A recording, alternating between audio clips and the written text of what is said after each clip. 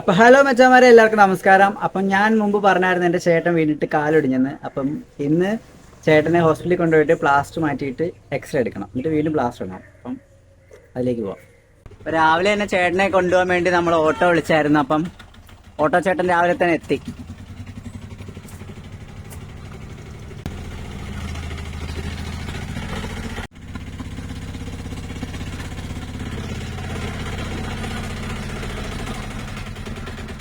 അപ്പോൾ ഗേയ്സ്, നമ്മൾ ചേട്ടനെ ഹോസ്പിറ്റലിൽ കൊണ്ടുപോകാൻ വേണ്ടി ഓട്ടോ വിളിച്ചായിരുന്നു. അപ്പോൾ ഓട്ടോ ചേട്ടൻ രാവിലെ തന്നെ വന്നിട്ടുണ്ട്.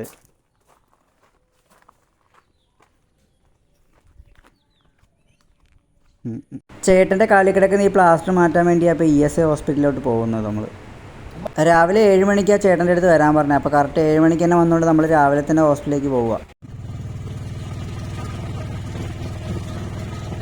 നമ്മൾ ഹോസ്പിറ്റലിലേക്ക് പോകണ വഴിക്ക് തന്നെ ചേട്ടൻ എൻ്റെ അടുത്ത് പറഞ്ഞ് ATM കയറി പൈസ എടുക്കാം. അങ്ങനെ ഞാൻ നേരെ ATM കയറി പൈസ എടുക്കാൻ പോവാം. അങ്ങനെ പൈസ എല്ലാം എടുത്ത് ഓട്ടോയിൽ കയറി പോകാൻ നേരത്താണെങ്കിൽ അവിടെ എല്ലാം നല്ല രീതിയിൽ മഴ പെയ്ത് നിൽക്കും. നമുക്കെന്തോ ഭാഗ്യമുണ്ട്, അധികം മഴയൊന്നും ഇല്ലായിരുന്നു പോണ വഴിക്ക്. പക്ഷേ ഹോസ്പിറ്റലിൽ എത്താറായപ്പോഴോ അവിടെ നല്ല വെയിലായിരുന്നു, അങ്ങോട്ടൊന്നും മഴയില്ലായിരുന്നു. അങ്ങനെ നമ്മൾ നേരെ ഹോസ്പിറ്റലിലെത്തി. ഈ കാണുന്നതാണ് കൊല്ലം ESI ഹോസ്പിറ്റൽ. അങ്ങനെ ESI ഹോസ്പിറ്റൽ നല്ല ഇപ്പോൾ ഇവിടെ അറിയപ്പെടുന്നത്. ഇത് കൊല്ലം മെഡിക്കൽ കോളേജിൽ തന്നെ അറിയപ്പെടുന്നത്. പക്ഷേ ഇവിടെയാണ് എല്ലാ ഹോസ്പിറ്റലിലും ആളുകളെല്ലാം ഇങ്ങോട്ടാണ് പറഞ്ഞു വിടുന്നത് പേഷ്യൻസിനെ എല്ലാം. ഇവിടെ നിന്നാണ് പിന്നെ ട്രിവാൻഡ്രം മെഡിക്കൽ കോളേജിലോട്ടെല്ലാം പേഷ്യൻസിനെ പറഞ്ഞു വിടുന്നത്.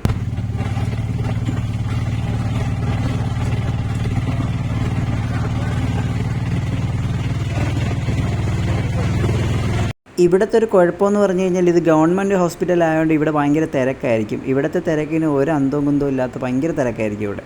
അതിവിടെ ഇപ്പം ഞാൻ വന്നല്ലേ ഉള്ളൂ, നിങ്ങൾക്ക് കുറച്ച് കഴിയുമ്പോഴത്തേക്ക് അത് മനസ്സിലാവും എന്തുമാത്രം തിരക്കായിരിക്കും ഇവിടെ എന്ന്.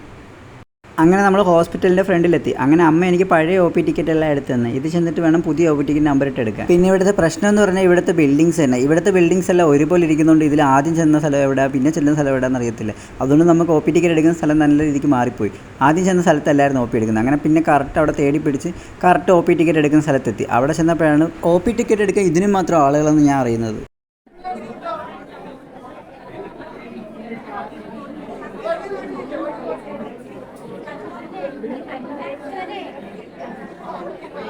ഇവിടെ ഇങ്ങനെയൊക്കെ ആയിരിക്കുമെന്ന് ചേട്ടൻ അറിയായിരുന്നു. അതുകൊണ്ട് ചേട്ടൻ നേരത്തെ ഓൺലൈനിൽ തന്നെ ബുക്ക് ചെയ്തായിരുന്നു. അതുകൊണ്ട് ഓൺലൈൻ ടിക്കറ്റ് ബുക്ക് ചെയ്തവർക്ക് തന്നെ പ്രത്യേക ഒരു കൗണ്ടറുണ്ട്. അതുകൊണ്ട് അത്രയ്ക്ക് റഷ് ഇല്ലാതെ നമുക്ക് തന്നെ എളുപ്പത്തിൽ OP ടിക്കറ്റ് എടുക്കാൻ പറ്റി. പക്ഷേ അവിടെ ബാക്കിയുള്ളവർക്കെല്ലാം പെട്ട്.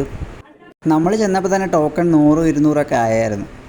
നമ്മൾ 8-8:15 അവിടെ എത്തിയത്. പക്ഷേ അവിടെ 7 മണിക്ക് തന്നെ ടോക്കൺ കൊടുത്ത് കൊടുക്കും. നമ്മൾ ചെന്നപ്പോൾ തന്നെ 300, 400 ടോക്കൺ ആയിരുന്നു. നമ്മൾ സാധാ ഒരു പ്രൈമറി ഹെൽത്ത് സെൻ്ററിൽ പോകുന്നതൊക്കെയല്ലല്ലോ മെഡിക്കൽ കോളേജിലൊക്കെ ചെല്ലുന്നത്. അവിടുത്തെ OP ടിക്കറ്റ് തുടങ്ങുന്നത് 1,000 തീരുന്നതൊക്കെ 1000 ആയിരിക്കും. അങ്ങനെ അതെല്ലാം കഴിഞ്ഞ് ഞാനും അച്ഛനും കൂടെ നേരെ OP ടിക്കറ്റെല്ലാം എടുത്ത് പോകുന്നത് ചേട്ടൻ്റെ അടുത്തേക്കാണ്. ചേട്ടനും അമ്മയും കൂടെ അവിടെ ഇരിപ്പുണ്ട്. അമ്മ ചേട്ടന് വേണ്ടി ഒരു വീൽ ചെയറെല്ലാം എവിടെ നിന്ന് തപ്പിപ്പിടിച്ച് അവിടെ കൊണ്ട് ഇരുത്തിയിട്ടുണ്ട് ഞാൻ ചെന്നപ്പോഴത്തേക്ക്.